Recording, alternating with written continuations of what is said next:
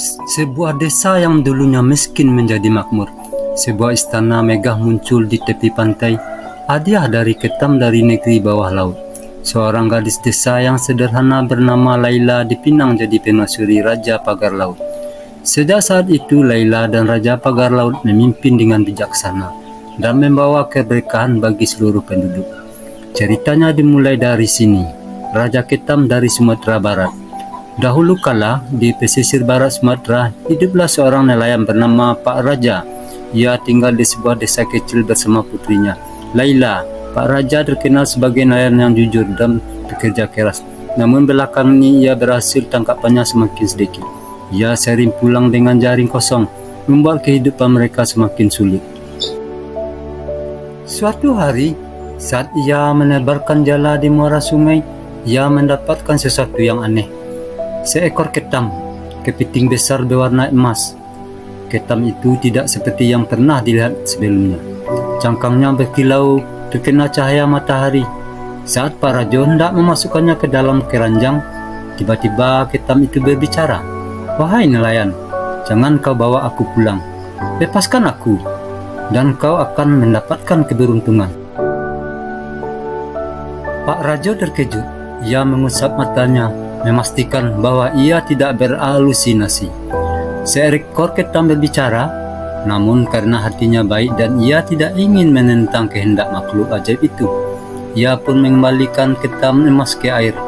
"Baiklah, aku akan melepaskanmu.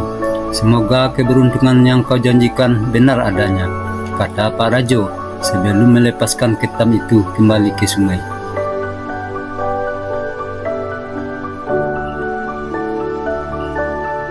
Keesokan harinya, Pak Rajo kembali melaut dengan perasaan penasaran. Apakah kata-kata ketam emas itu benar? Apakah keberuntungan akan menghampirinya? Ia mendayung perahunya ke tengah laut, lalu menebarkan jala seperti biasa. Setelah beberapa saat, ia menariknya kembali. Dan betapa terkejutnya ia, jaringnya penuh dengan ikan besar dan segar. "Alhamdulillah, ini luar biasa," serunya gembira. Pak Rajo kembali menebarkan jala untuk kedua kalinya, dan lagi-lagi hasilnya sama. Jaringnya penuh dengan ikan, lebih banyak dari yang pernah ia tangkap sebelumnya. Ia hampir tak percaya dengan keberuntungan yang ia dapatkan.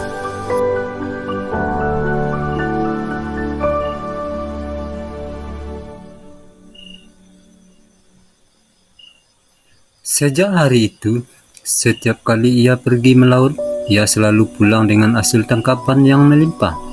Ikan-ikan yang ia tangkap bukan hanya banyak, tetapi juga lebih besar dan lebih segar dari biasanya. Orang-orang di desa pun mulai bertanya-tanya, apa rahasia Pak Rajo sehingga ia selalu mendapatkan ikan begitu banyak? Namun Pak Rajo tetap rendah hati dan tidak pernah sombong. Ia tahu bahwa semua ini terjadi karena kebaikannya melepaskan ketam emas itu. Beberapa malam setelah kejadian itu, Laila pergi ke sumur belakang rumah untuk mencuci beras. Malam itu bukan bersinar terang dan angin meniup sejuk dari arah laut. Ketika Laila menimba air, ia merasakan sesuatu yang aneh. Air sumur tiba-tiba berkilauan, seperti dihiasi cahaya emas. Saat ia masih tertegun, muncul bayangan seorang dari dalam air. Perlahan sosok itu naik ke permukaan dan berubah menjadi seorang pemuda tampan berpakaian megah. Matanya berkilau seperti bintang dan tubuhnya memancarkan aura kebangsawanan. Laila mundur ketakutan, tetapi pemuda itu segera berbicara dengan suara lembut. "Jangan takut, Laila. Aku tidak akan mencelakaimu." "Siapa kau? Mengapa kau muncul dari sumur ini?" tanya Laila dengan suara bergetar. Pemuda itu tersenyum. "Namaku Raja Pagar Laut. Aku adalah raja dari negeri bawah laut. Ayahmu telah menyelamatkan nyawaku beberapa waktu lalu ketika aku dalam wujud seekor ketam emas. Sebagai tanda terima kasih, aku datang untuk menemuimu." Laila masih bingung. "Kenapa kau mencariku?" "Aku ingin mengenalmu lebih jauh. Aku telah melihat ketulusan dan kebaikan hatimu. Jika kau berkenan, aku ingin meminangmu menjadi permaisuriku." Laila terkejut mendengar lamaran itu. Ia tidak pernah membayangkan akan bertemu dengan seorang raja dari negeri bawah laut. Namun ada sesuatu dalam diri pemuda itu yang membuat hatinya bergetar. Kesopanan, ketulusan, dan kehangatan dalam sorot matanya. Aku tidak bisa memutuskan sendiri. Aku harus berbicara dengan ayahku, jawab Laila akhirnya. Pemuda itu mengangguk. Aku akan menunggumu sampai jumpa lagi, Laila. Setelah berkata demikian, pemuda itu melangkah ke arah sumur. Dalam sekejap ia menghilang ke dalam air, meninggalkan cahaya keemasan yang berpendar perlahan hingga menghilang. Laila menceritakan semuanya kepada ayahnya.